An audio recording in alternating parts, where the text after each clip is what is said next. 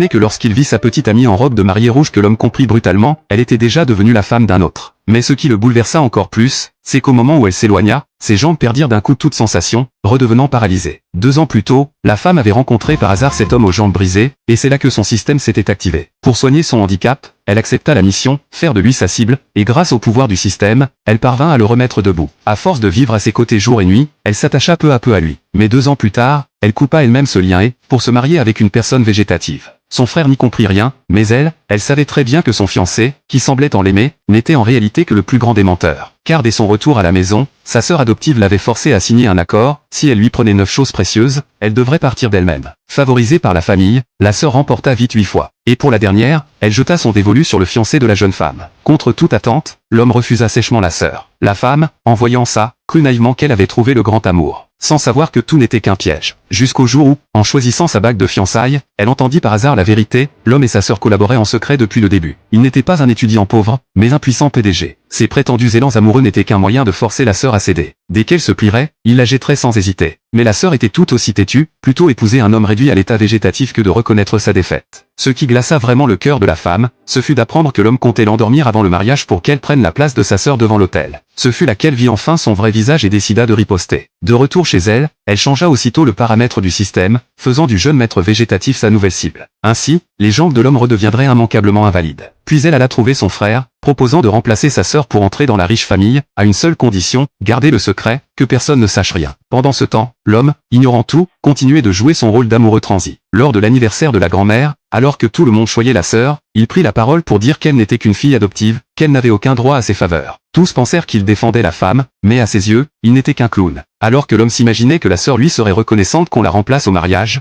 son assistant accourut en panique, la femme avait disparu. Pris d'angoisse, il se précipita à la fenêtre. Et là, dans la voiture nuptiale qui passait juste devant, il aperçut une silhouette on ne peut plus familière. À cet instant précis, une douleur atroce lui transperça les jambes.